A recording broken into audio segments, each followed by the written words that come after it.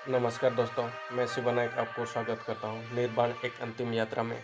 आइए हम जानते हैं रोज की तरह गौतम बुद्ध की एक नई कहानी के बारे में।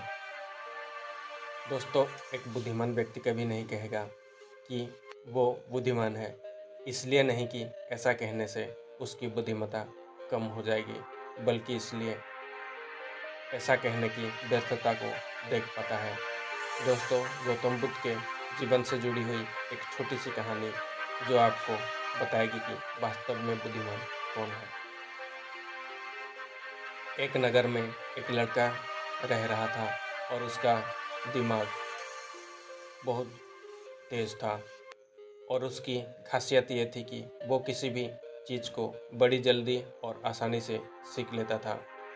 जहाँ अन्य लोग को किसी काम को सीखने में महीने या वर्ष लग जाते थे, वहीं इस लड़के को सीखने में कुछ ही दिन लगते थे।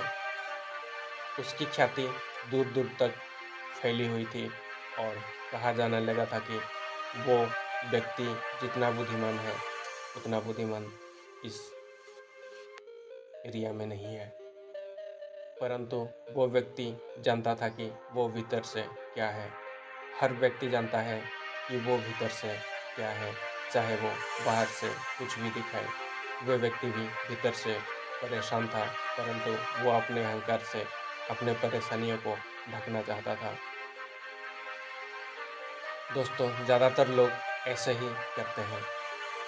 वो व्यक्ति अपनी प्रसिद्धि और बढ़ाने के लिए तरह-तरह के काम सीख रहा था।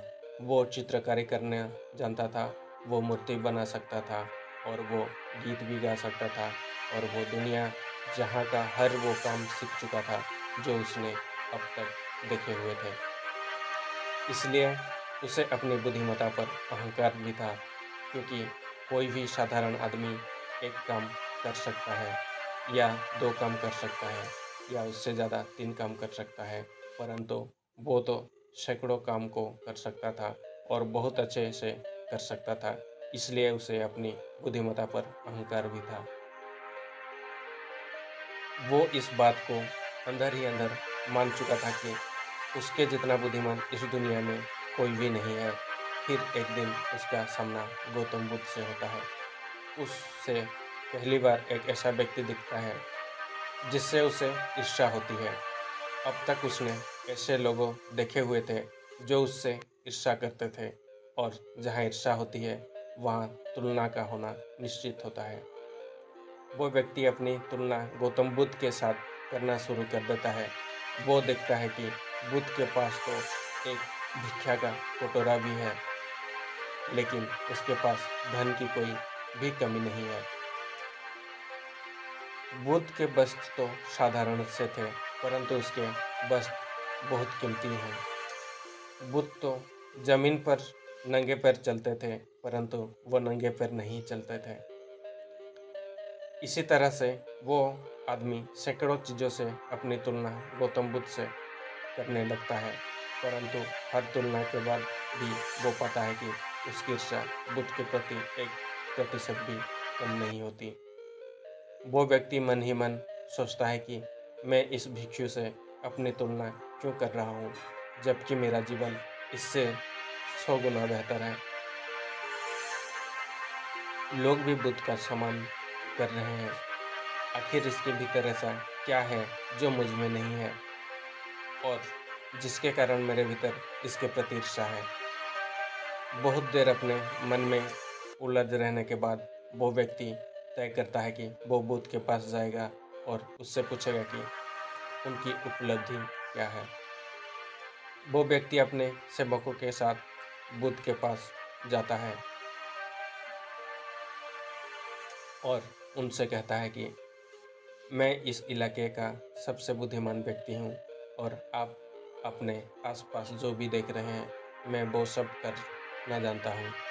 किसी भी कार्य को सीखने में मुझे बहुत ही कम समय लगता है। सभी लोग मेरा सम्मान करते हैं, परंतु इस सबके बाद भी मेरे भीतर आपके लिए ईर्ष्या है। मैं ये जानता हूँ कि आपकी उपलब्धि क्या है। ये सब लोग आपको आदर सम्मान कर रहे हैं। इसके बाद बुद्ध ने कहा कि वैसे तो मेरी कोई उपलब्धि नहीं है, परंतु तुम कह सकते हो कि मेरी एक उपलब्धि है। वो व्यक्ति पूछता है कि क्या मैं जान सकता हूँ?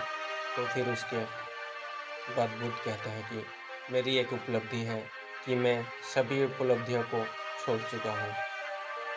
वो व्यक्ति बुद्ध से पूछता है कि मतलब मैं कुछ समझा नहीं। बुद्ध उस व्यक्ति से कहते हैं कि क्या तुम्हें प्रशंसा अच्छी लगती है? वो व्यक्ति कहता है कि प्रशंसा तो सभी को अच्छी लगती है। उसके बाद बुद्ध कहते हैं क्या तुम्हें निंदा अच्छी लगती है? तो व्यक्ति कहता है कि भला इस दुनिया में कौन है जिसे अपनी निंदा अच्छी लगे। उसके बाद बुद्ध कहते हैं कि जो तुम्हें अच्छा लगता है और जो तुम्हें बुरा लगता है, मैं इन दोनों से भी ऊपर उठ चुका हूँ। ना मुझे निंदा सताती है और ना ही मुझे अपनी प्रशंसा प्रसन्न करती है। बस यही अंतर तुम में और मुझ में है। और उसके बाद वो व्यक्ति बुद्ध से कहता है कि परंतु ये कैसे संभव है? बुद्ध मुस्कुराते हैं और उस व्यक्ति से कहते हैं कि तुमने सैकड़ों काम सीखा, लेकिन एक सबसे ज़रूरी काम को तुमने सीखना भूल गए। वो व्यक्ति पूछता है कि कौन सा काम? बुद्ध कहते हैं कि अपने मन को नियंत्रण करना तुमने सीखना भूल गए। क्या तुम्हें अपने मन को नियंत्रण करना आता है? बुद्ध की ये बात सुन व्यक्ति समझ जाता है कि ईर्ष्या का यही कारण था। उसके बाद बुद्ध कहते हैं कि जिस व्यक्ति ने सारा जगत को जीत लिया लेकिन अपने मन को नहीं जीता, उसने कुछ भी नहीं जीता। और जिसने अपने मन को जीता परंतु अपना सब कुछ गंवा दिया, फिर भी उसने सब कुछ जीत लिया। गौतम बुद्ध के इन शब्दों को सुन उस व्यक्ति का अहंकार टूट जाता है और वो व्यक्ति बुद्ध से कहता है कि क्या आप मुझे अपने मन को जीतना सिखा सकते हैं? बुद्ध कहते हैं कि अवश्य सिखाएंगे, परंतु मैं तुम्हारी सभी उपलब्धियों को छीन लूँगा। फिर उसके बाद वो व्यक्ति बुद्ध से कहता है कि मैं तैयार हूँ। उस दिन से वो व्यक्ति ध्यान करना शुरू कर देता है, क्योंकि ध्यान ही वो तरीका है जिससे आप अपने मन को अपने बस में कर सकते हैं। दोस्तों, अगर आप ध्यान क्या है और ध्यान कैसे करें और उसके अनगिनत फ़ायदे के बारे में जानना चाहते हैं, तो आप कृपया इस चैनल में अक्सर जुड़े रहें और चैनल को सब्सक्राइब करें और वीडियोज़ को लाइक कर दें, ताकि इसी तरह ज्ञान की बातें इस चैनल के माध्यम से दूसरे जन समाज तक पहुंच सकें। तो मैं उम्मीद करता हूं दोस्तों, इस कहानी के माध्यम से आपको ज़रूर ही कुछ सीख मिला होगा और इससे आप समझ गए होंगे कि बुद्धिमान किससे कहते हैं। धन्यवाद।